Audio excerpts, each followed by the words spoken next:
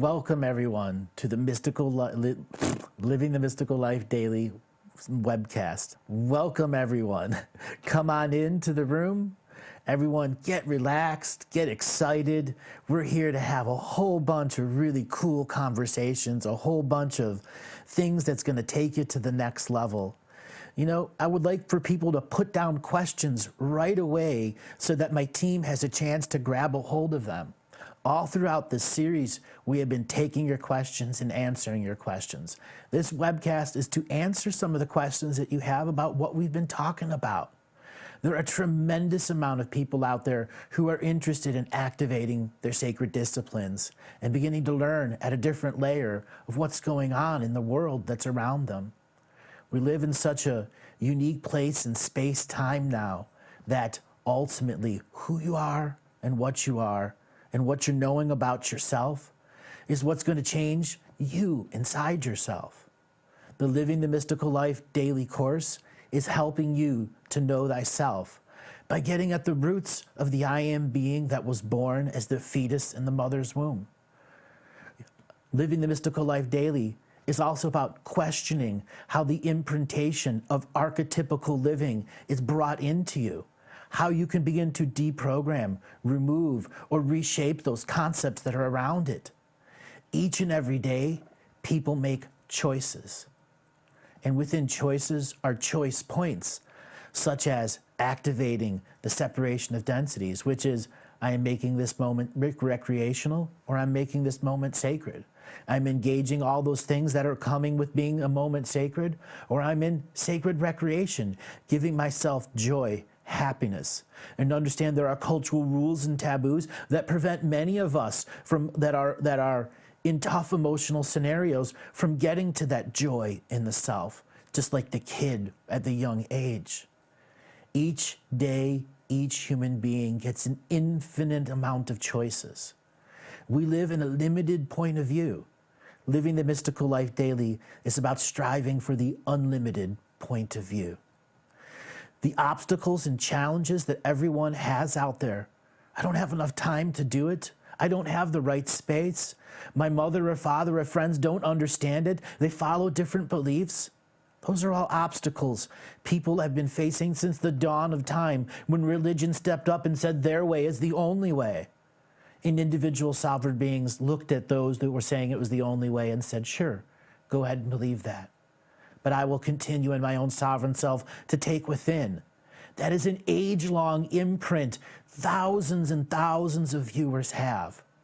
Worry of projections from the ancient deep within yourself, from when you were learning what a sovereign being of light was here doing. Each generation learning and relearning from the projections of others, until we reached a point now where it isn't about their projections in any way, shape, or form, for their projections are what is the limitation to that unlimited point of view. The promise of living the mystical life daily, that is ultimately about the bigger choice point. How deep into the level of self-transformation you want to go, how deep in the unique forms of self-change you want to go, how strong do you want to learn and relearn how to love yourself in whole new ways that were never taught to you at your birth? Are you ready to create guided visualizations of the fetus within your heart, to make that the medium into which you can enter a no-time space, to communicate with your higher soul in a direct awareness format, not having to worry about external channels validating your internal dialogue? Living the mystical life daily is about facing obstacles and challenges. For healing thyself is the greatest challenge. Each and every lifetime we are born, each and every time we choose to resolve something in a form of remedy that does not have justice or judgment, driving forth the method of change. The method of change, forced evolution, co-creative natural evolution, and all of those things, the archetypical things that are in between those two polarities. Forced evolution is not inherently bad, and natural co-creative evolution is not necessarily good, because there are beings who have to make choices within choice points to go down the different validation of internal or external processes to get to their internal view of what an unlimited point of view is. The unlimited point of view is about manifesting your will. What is willpower? Now, this is one of those things I'd like for people to really ask willpower questions. Once again, I want to remind people, go right away into the chat room during this process. Write down your questions so my team has an adequate time to get the best ones to pull forward. So, Mom, put some questions in there. Manifest your will. This teaching of manifesting your will is, again, an age-old teaching since the dawn of mysticism itself. There are different forms of will.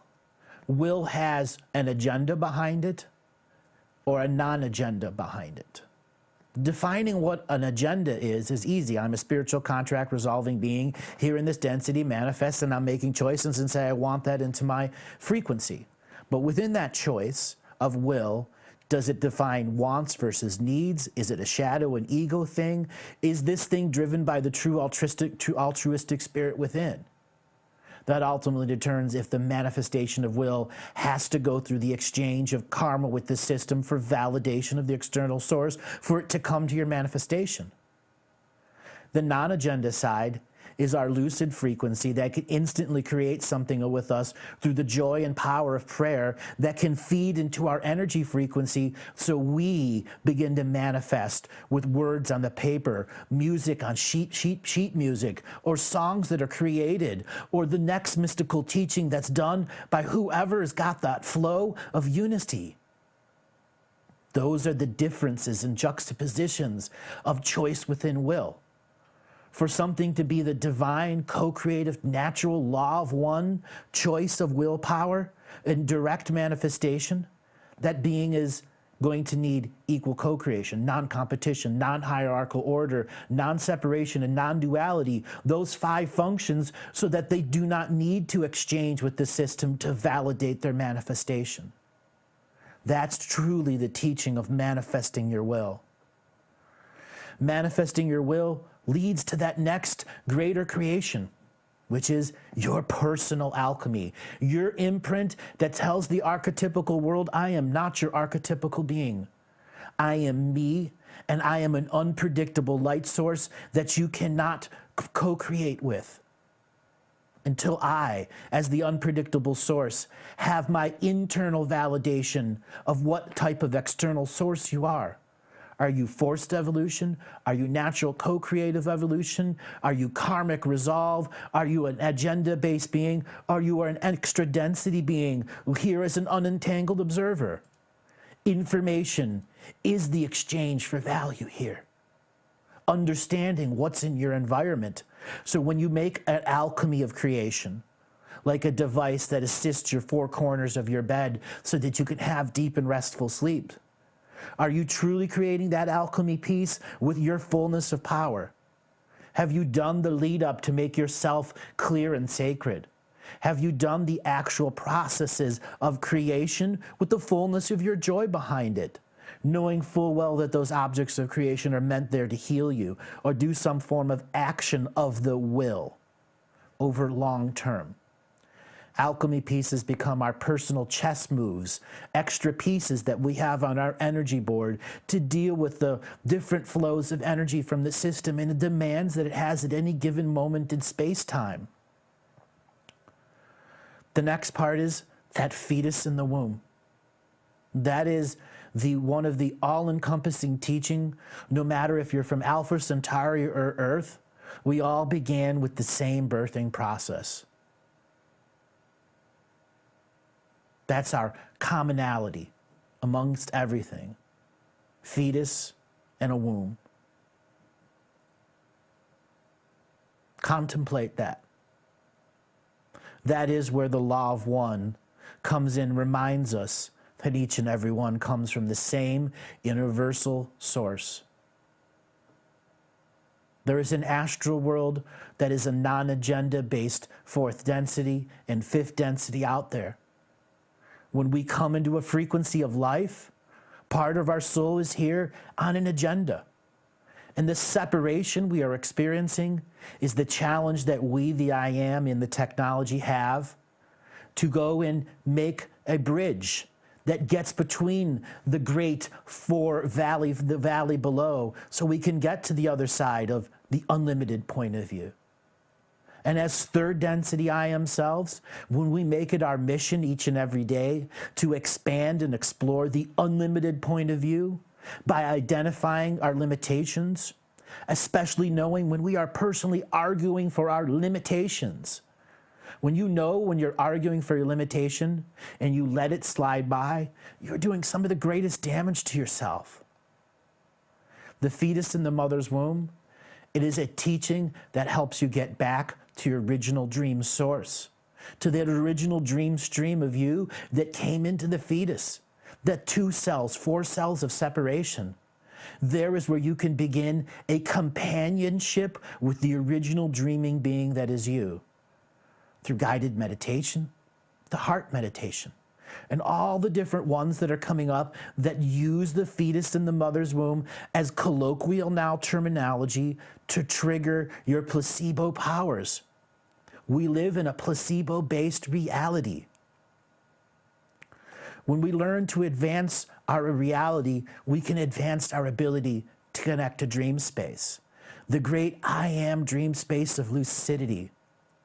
So many people come to me with dreams of flying or swimming or traveling the stars or living in other previous times. When we have those intense dreams, they mean something. They challenge us to really look what they are. When we learn to advance our dream through the fetus, we are able to find out why we have an agenda-based side to that memory of that dream that has lasted to that moment of you going, what is it about? Taking up the challenge of advancing lucidity is one of those things that is going to be learned and relearned over and over again. And it'll be about refining your sacred discipline so that you can target just before you go to sleep with your guided, intended, direct prayer as you sleep. Go through the sleep paralysis process into full REM, full control with the I am lucidity until the moment that the sleep paralysis wears off and you are beginning to awaken, and all of those memories are still connected to the original prayer being who was going to sleep. And that first 10 minutes, for 20 minutes, first 30 minutes of your morning are yours before the system can engage Roman numeral time to you. Adhering to those basic fundamentals will put you light years behind any other esoteric practitioner out there right now. Letting go of Roman numeral time when you wake up. Making that your personal sacred discipline and a way to give the great middle finger to the system saying, I am number one. I am the apex of my reality. I refuse Roman numeral time when I wake up in the morning until such a time that I engage it in my sacred bubble of reality with my rules, boundaries, and borders enforced. That is living the mystical life daily. And that is the opportunity and the challenge within the opportunity to create and co-create your own sacred path for your own sacred purpose with the teachings embedded and placed in the fetus in the womb all the way up to the moment that you are now, because time is not a constant anymore. When one learns through the fetus in the womb process that time isn't a constant, they can find the most damaged times of their life and connect to that being, not just the fetus. By advancing the dream to go to the fetus means everything in between is much easier to get. It's the wholeness of the expression. So if you were depressed when you were 13, brokenhearted when you were 19, redoing your life when you were 55, all of those moments you can go back and find the most harshest times you were in and speak to that person like they were the fetus in your womb, because they are no different. No different. It'll be a choice for you to engage that sacred discipline, to use the teaching of the fetus in the womb, to use the alchemy of creation, to use manifesting the will, to understand the placebo-based reality that you're in, so you can go to the next level and retain what you've learned so you can thrive to the unlimited levels in an unlimited point of view. This is a shamanic recipe for advancing one's consciousness. Now, a lot of people say, I don't have the time to do this. I don't have the space. I doubt myself. The flow of information is too fast. Each and one of those things is ultimately arguing for your limitation. At what point will you give yourself time? At what point will you believe in yourself? At what point will the information not be too much for you? Create different sets of choice points within inside your arguing of limitations. Change your point of view. So if there is no sacred space for you to do it in, why are you there? Write down in your notebooks. Allow the juxtaposition of your own position to teach you how to get out of it or how to understand to work within it. Doubt. The first seed of doubt that comes in, people are lost. Taking the old proverbial Roundup, Monsanto Roundup, right to doubt, the seed of doubt, so it doesn't come back up. That will be you targeting in your own memories from the know thyself process by choosing to make ceremony of recreating your life story. One of the greatest teachings out there is know thyself. Recounting your own life story in a ceremonial format that you call your personal ceremony of victories, where you show through the joy of yourself the great victories you've gone through by presenting in your out loud name it to claim it format. That is what living the mystical life daily is. That allows our voice, which is sound, and sound is just light in another form, that can transmit directly through the brain and make memories that are experiences that become mystical.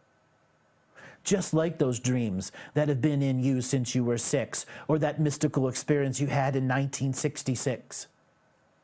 All of those expressions are here in the now if you should choose to co-create with the mystical at the next level. Co-creation with the mystical at the next level requires discernment. This is another age-old teaching. The hardest work is the self-work. And this is where the first big teaching of discernment exists. How much self-work is enough self-work, and how much self-work is being lazy and not admitting it to oneself. How much self-work in discernment is one going to do when they're saying, I have no space, I have no time, and I doubt in myself? At what layer and level will one use their own discernment on their own instantaneous answers to whatever's presented to them? That is a challenge and an opportunity to live the mystical life daily. It is an open source, choiced, point-based, name it to claim it, border and boundary system of direct manifestation of your will through the knowledge and wisdom of expansion of knowledge and contraction of knowledge, based off of what you've learned in the past to what you've learned into the now and what you've dreamed up in the future as all potentials within you, because you know thyself. You have taken the time to say, I am this person who did go through these victories, who did go through these moments of self-defeat, but have learned and relearned and manifested through my alchemy of creation, my story in a written format or song or art format that says I manifested this, to say I went through these victories. That is ancient as ancient as ancient. Since the dawn of consciousness in itself, people have manifested things to show themselves the victory These are our legacies we leave for our future selves and our future generations. There are many who want to take the legacy to the next level and assist our entire species at the transition. This is the next thing Living the Mystical Life Daily offers you. The discernment of what layer and level that you want to operate in, where you feel comfortable in, because it is your choice to manifest in your bubble reality. If you wish to have guides, guardians, and angels that are protectors and armor creators, then they will be there. If you wish galactic and universal council, they will be there too. But at each level that you want to create at, you must understand the level of awareness that you are working at means you have a responsibility to be equal with it. If you are working at the galactic and universal council level, then you are going to be challenged each and every day. How much sacred work have you done? How clear is your field? How much spiritual hygiene have you done? Equal to your level of awareness. When you are working at those highest layers, you must be impeccable with your spiritual hygiene. But who's the one that is internally going through the checks and balances? Did I actually follow through? We all must have those internal checks and balances so we can understand the different scales that we are working on. So I want to remind everyone, I'll put some questions in there. We're going to be getting to the teachings in just a minute here. I'll take a little sip here.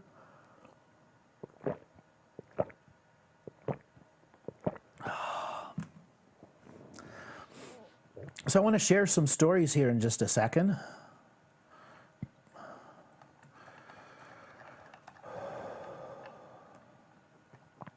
All right. So here we go. So in the 20 years that I've been doing this, I have had business professionals, spiritual teachers, sports personalities, healers come to me from 160 different countries.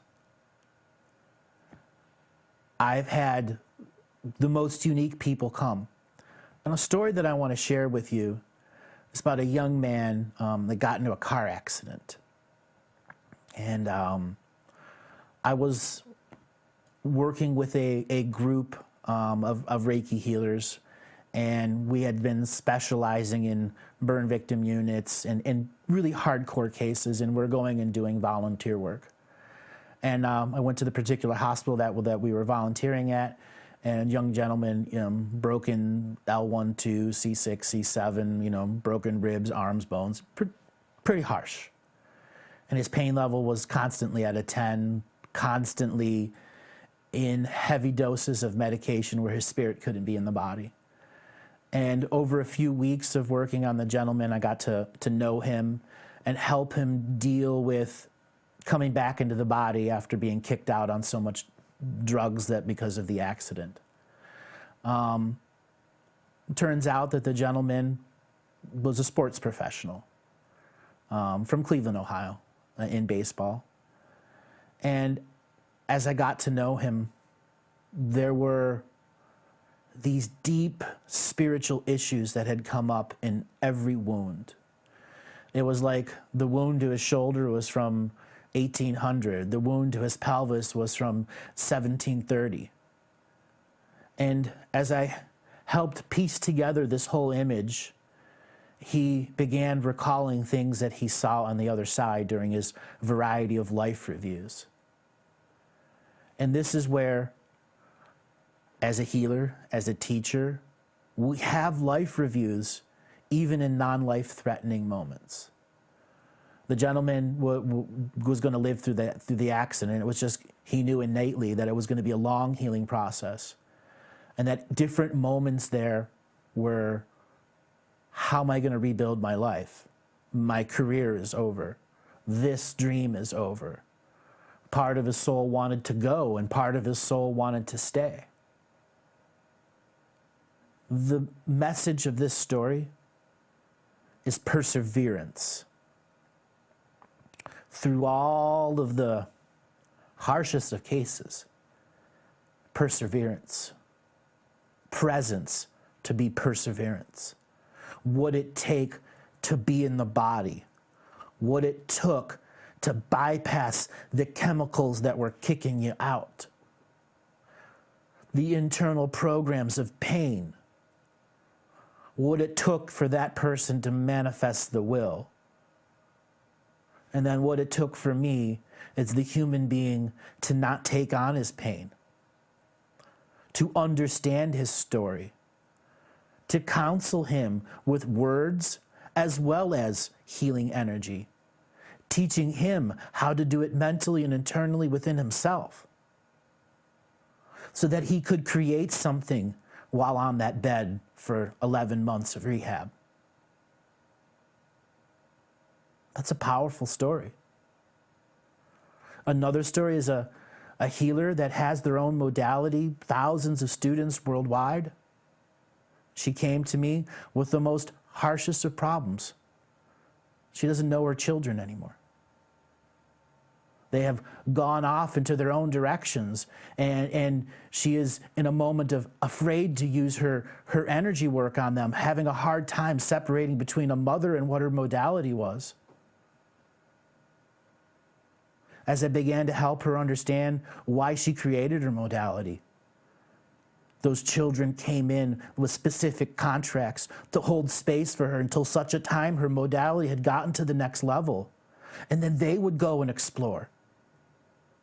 And I helped her develop her own method of disentangling her modality so she could engage her children. Oh, I forgot to plug in my laptop. Can you grab my power cord?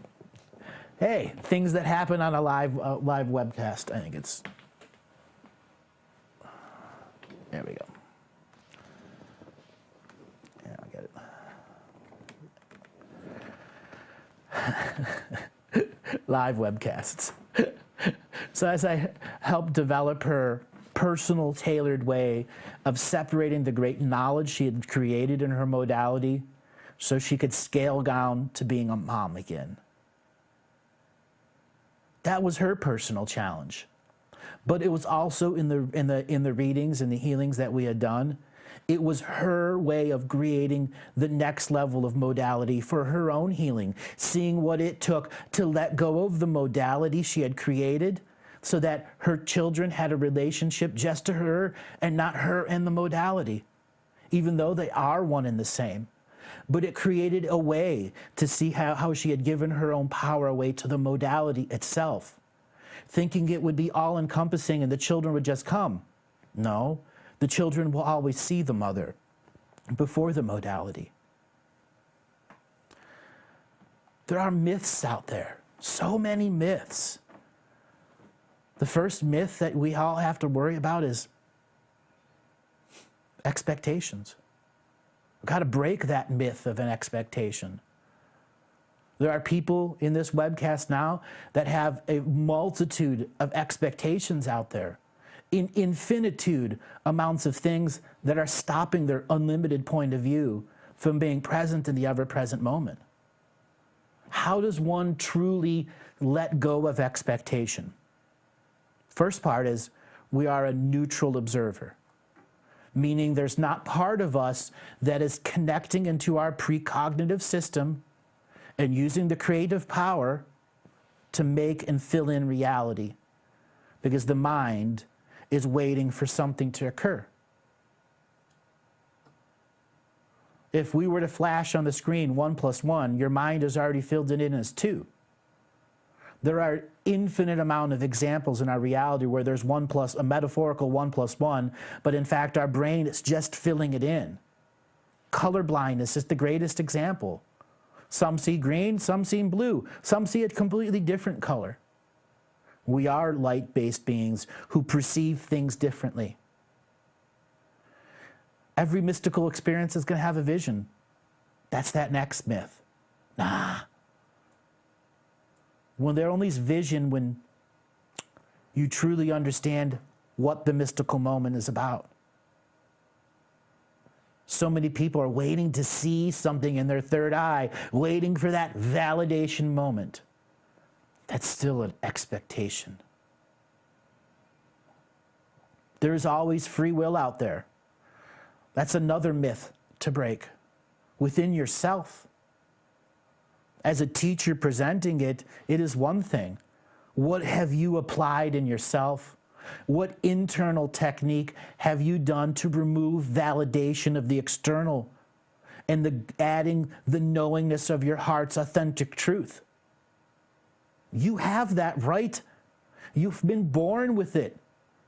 You just haven't been taught that you can use it in that manner and not be selfish with it and truly be altruistic for the self-healing's purpose, to create and co-create with the seen and the unseen world, to make the unknown known in your world.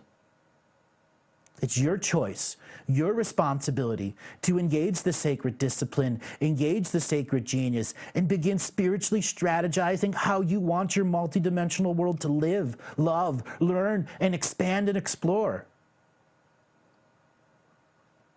We live in a world that says this, that. NBC News says this, Fox News, Sky News says that, one propaganda source says this guy says that, Joe Blow from up the street who's got a Facebook page says that. Guess what? They're all true. They all have their own placebo backing. They all come from an archetypical construct that says they've conformed to the Babylonian money system, they've conformed to citizenry, they have conformed to the elite class. That is their right. That is their service to the system. Your service, you get to choose not to be a part of a service of the self. That is using the law of one to your personal advantage and not abusing it. Understanding you can be a signature frequency match for something in the system, or the system can project at you, become a signature frequency match for this. And over a decade, you are lured down the mind trails and to become a signature frequency match because you focused upon it. That is the carrot and the stick the system uses every day to guide us in and out of forced evolution. Make that choice as a sacred, disciplined person to own that moment before you go to sleep. Each and every night you go to sleep. Is there a knight, K-N-I-G-H-T, who will stand at your sleeping point at night, N-I-G-H-T? Do you need a night light? Wink, wink. How many sacred moments are there in a day? An unlimited amount of sacred moments. You could make the moment that you wake up to the moment you go to sleep sacred. Are you going to enforce it, though? This is where you got to learn self-litmus tests. Meaning the teacher is external, and you are giving your own test. It's called a litmus test. If you don't know what the word is, look it up. It's identifying your ability to understand the experience. What layer are you presenting to yourself that's saying, I honestly did this. I followed through what the teachings meant to me at that time. I truly put myself within it as much as I could. And that also includes the follow-up work by going back and looking at what you've done and creating a ritual and a ceremony that honors what the self did in the past to validate the energy of creation and not the creation itself. The emulation versus emanation. Take what you've heard today as context. Are you emanating the message of peace? Are you emanating the message of love? Are you haven't become a zealot or martyr to emanating itself, losing the greater wisdom? Are you able to interact with the world? Can you pay your bills? Can you do your taxes? Do you have a scenario where you're a hermit and don't go out? If you do, those are all your limitations that you've argued to yourself for a long period of time to get yourself there. Now you must argue for yourself to give the unlimited point of view. So conscious, sacred, neutral engagement means something. Conscious, sacred, neutral engagement of your past, your present, and your future selves. There are so many people that they can't get it off the ground more than a week because you don't have the energy. You don't have the willpower. and don't truly realize the levels of that you want to engage require super high frequency, tremendous stores of spiritual energy. And we get those storehouses of spiritual energy by having borders, boundaries, rules, and personal policies and procedures in the matrix that doesn't allow the exchange of energy so that you have no reserve. Because that is ultimately what the system is doing at any given moment, scanning you and understanding your levels of reserve and throwing a strategy at you to determine how much will you go down, how low will you bring yourself. That's your choice. Living the mystical life daily is realizing that the system is always there to reduce your reserves. And if you can create an infinite amount of reserve energy at any moment of choice point time, what can the system truly do to you? If you strategize your present and your future and your past, you have taken the sacred discipline and said, fetus in the womb, I have created companionship with you. The being of the now, I have created companionship through my heart space, and I am being with the agenda and the non-agenda side, the soul in time and no time, finding the yin and yang and the balance of the two. So the voice, the power, the unity, the creation and the co-creation is intersected within the spinal column, and the fullness of your divine spirit is there going, hello, let's create, let's co-create, and let's change this world with love. Can you imprint that into your meditation teachings? The keys to success: choice, choice, choice, and choice.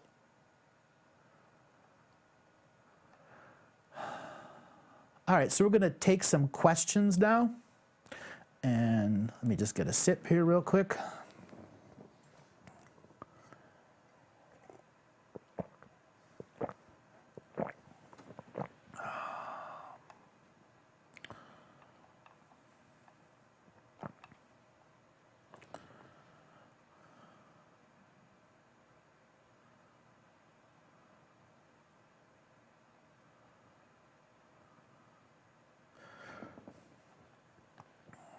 All right, so let me post these in a bigger file. It's hard to read them.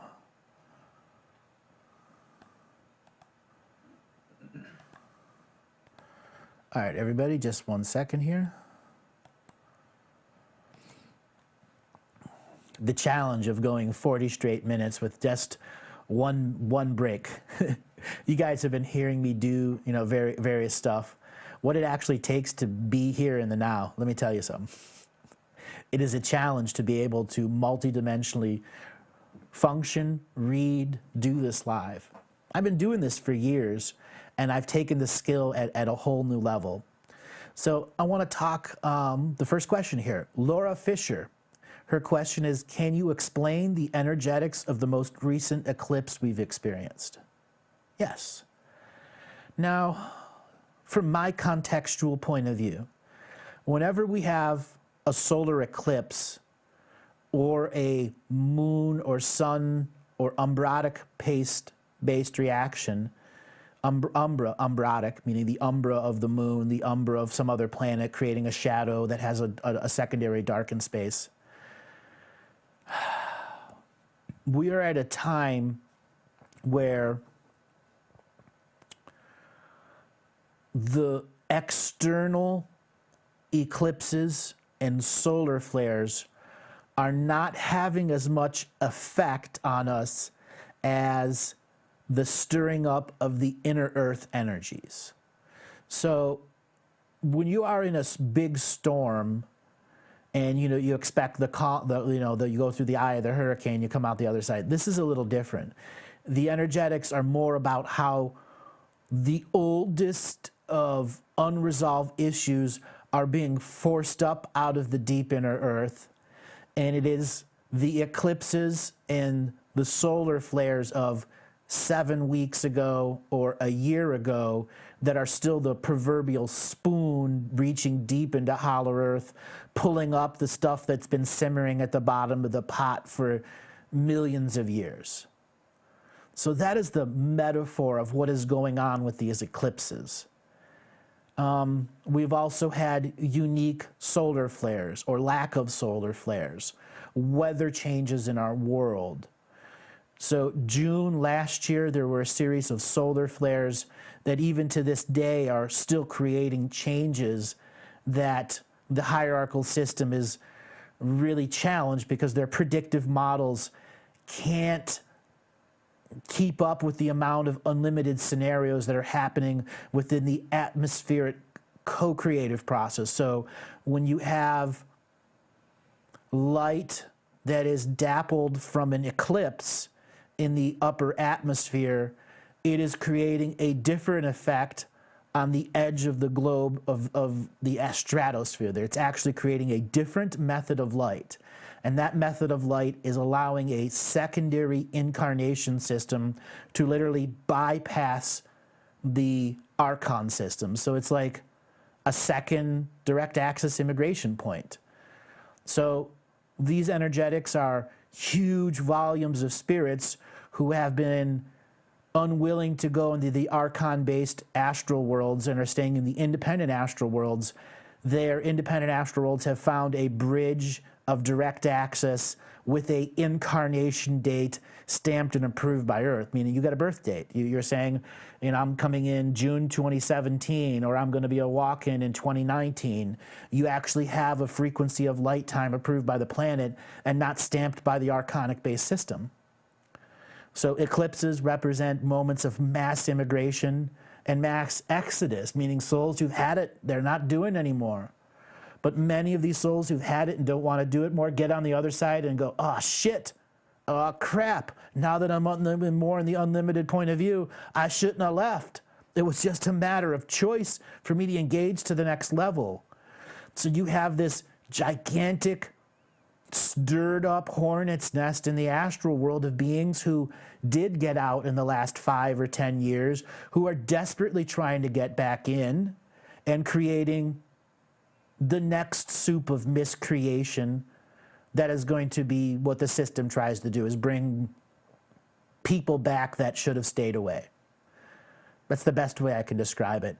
And eclipses will represent changes in that whole hyper experience of what it takes to be birthed. Okay, so I'm going to go on to the next question. Okay. Are you good? Hot coffee. Okay. Sorry. All right. So Andrew Bleakley from Brisbane, Australia. I have a question about the energy of water. We had previously heard that town water, even filtered, has poor energy and is not great for you. Due to this, we drink delivered spring water. Do you have any comments that you can make on this? There's a lot more education that you can use. Knowing the pH of the water that you're drinking is vitally important. Doing standard tests on the water that's coming to you, even from delivered water. There are many delivered water plants that use different rules, such as 9 or 10 or 7 parts per million that's delivered to you, that's legal by the FDA, because the rules are changing all the time. You can go and get a water metered pack for about $60. That will measure the pH, tell you the parts per million, tell you what's in there. You can get water testing kits. There was a handful of people in Flint, Michigan that discovered their water was being lead poisoned because some people didn't want to put the next chemical in their water to stop lead poisoning. Education, education, education. On an etheric education level with water, you know, you have a main in valve to your home. Find that place. Make that where water is coming into your home sacred. Put sacred objects there and be willing to reject the projections of others so that your water has all of your imprint, because your sacred objects are emanating the truth of your message to the very water that is feeding you every day, giving you a base, valued, programmable water that's coming in saying, I am doing something hyper sacred for myself. That's another way to look at what to do with your water. There are other devices out there that spin up the electrons of the water. There's all sorts of things that are out there. Ozone. When it comes to water, It's making it sacred. It's making it with your conscious active intent in it, bringing light to it. There are many MacGyvering ways that one can get bags of little tiny quartz crystals, maybe $30 in crystals, and find a 4-foot section or a 2-foot section of pipe, get a whole bunch of socks or nylons and wrap it around your pipes. Are you willing to do that? Are you willing to spend 2 hours to try to MacGyver something together, saying that this water that comes into my hands every morning in my sink where I wash my face has my conscious application of the sacred and crystals and heart-based meditations in it? Do you got the balls, the ovaries to do that? Challenge your environment. Okay? So next question from Tidal Escapes. How can I change anger at other choices to not help themselves into acceptance? How do I begin learning acceptance? You kind of answered your own question. You got to start accepting that you cannot help everyone. If they do not want your help, why are you wasting your time? And yes, there is that fine line judgment. If they just had one person to teach them, someone to be their mentor in that moment, maybe they would change. Maybe's the question. Innately, they will respond to you, and you will know if there's a positive response if they want to learn it at that moment. If not, you must engage your sacred discipline and disentangle so you are not exchanging energy an hour, 9 hours, 90 hours, or 9 years later. That is the bigger question. How many people are you engaging? Have you gone a little zealotous, a little too far into polarity? I have to change everyone. No, evaluate it. Give yourself 51% of your time and the other people 49% of the time. Challenge your ego to stay at that level. Challenge your personal environment to say 51% me first, 49% altruistic other expressions. Discover if you're a little bit of a martyr humanitarian, giving away all of your wisdom and knowledge and never reserving energy for your greater experiences. Okay? So the next question.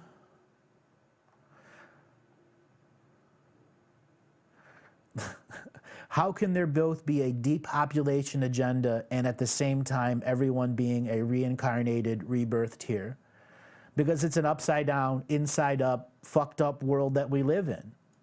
They need to find ways to get people out of this world instantly, just in case they create something that could change them, as well as they need a way to get things back in to replace what they're doing. It's just logistics control of what's in stock. That's what the depopulation agenda is, simplistic logistics control. And we as I am self-incarnated beings and self-illuminated masters can deny ourselves to be a list in their logistics, to be a box on their shelves, because that's all we are to them. When you no longer allow you yourself to be a box on their shelf, they have no power. You have taken the teeth out of the bite, and it's just going to be gumming you. Okay? So next set of questions here.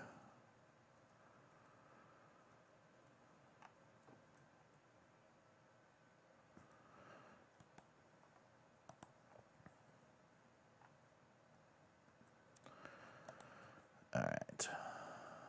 Is it possible that because someone in unity consciousness, their creations do not neutralize because they are awaiting the consciousness level of humanity to raise to a certain point, so they do not alarm humanity with their creations? In other words, their creations are waiting until the best of the whole or the all. That was from Dawn Bragg. That's a really cool question because I actually very relate to that question. For people that have been listening to me a while, I've been asked many times on air, how much am I actually revealing? At any given point, about 6%. And that is because we are limited to 26 letters in an alphabet. I can push it to 8, 7.5%, 8% when we have people that are self-studied and understand multidimensional terminology, have a little frame reference of how history really works on a nonlinear scale, Having some form of sovereignty as a context will help you understand the greater part of that question. If someone is in unity consciousness, their creations do not materialize because they are awaiting their consciousness level of humanity to raise. See, that's a little bit of soul-based martyrship, and it isn't at the same time. The soul knows it's naturally going to evolve. You know, when you have an hourglass of sand, you know, sand falls and falls and falls and falls, and then at one moment the whole pile falls apart. And then it self-reforms after it's all fallen apart. That's known as the chaos theory and the reorganization theory. And at a spiritual level, that's what that soul is waiting for. One extra grain of sand, so the whole pile of sand has to reformulate it because it's done. And then the rest of the sand will do it over and over and over again. This is my advice. Push it. Understand that you do have free will and that you don't actually have to wait in time. You have to accept the gifts in the moment of the time, work with those gifts, and know that you can create something that is mystical in every moment of its observation. You just must determine your responsibility of how you present it to the world. Can it be weaponized? Have you done your due diligence to make sure that the fangs and the teeth are taken out of it, that there's enough teaching behind it for people to know how to drive a car? For if you were to give a car to a person from 1300, would they even know what to do with it? The same thing with giving a spaceship to someone in the Stone Age, even if that spaceship was psychically run. All of those are choice points. Okay.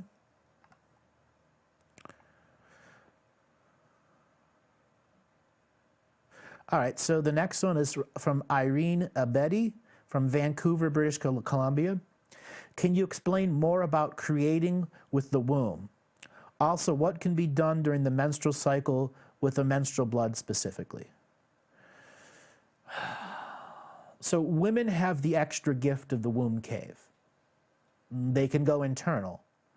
Men generally have to go external to find that extra connection. The fetus in the womb of the heart is the external, internalized way men can get a similar experience. But men are born for a man lifetime, and women born in the DNA of a woman have that stronger connection to the fetus in the womb, more within their hologram than men. There is an infinite amount of things that you can do when you begin to see your own, what I say, residual image in your own womb. Let's say you take the person that asked the question, Irene, and you were to take your visual image of who you are now and take guided imagery, guided meditation, and use pictures from your past that would reduce you in age till you were a teenager, till you were 20, till you were a little baby, until finally you are just a handful of cells separating inside your very own womb today in the now, activating your sacred willpower of creation. That is the gift of the womb cave. That is also the gift of the menstrual cycle. So many women do not see that gift. Things that they can do on their menstrual cycle is learn to recall the energy of the month. And this is a form of understanding, what did I do this month? I love this person. I didn't do this. I did this.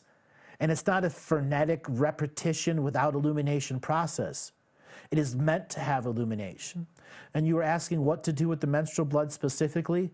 That's going to be your alchemy of creation. How you are going to use it to make sacred your menstrual cycle, or how you're going to use that blood, which is what you learned last month versus what you've learned this month. For if you are truly following the teachings of recalling what it is you did each month, you have new energy to create new things and learn new processes and not get bogged down into the old.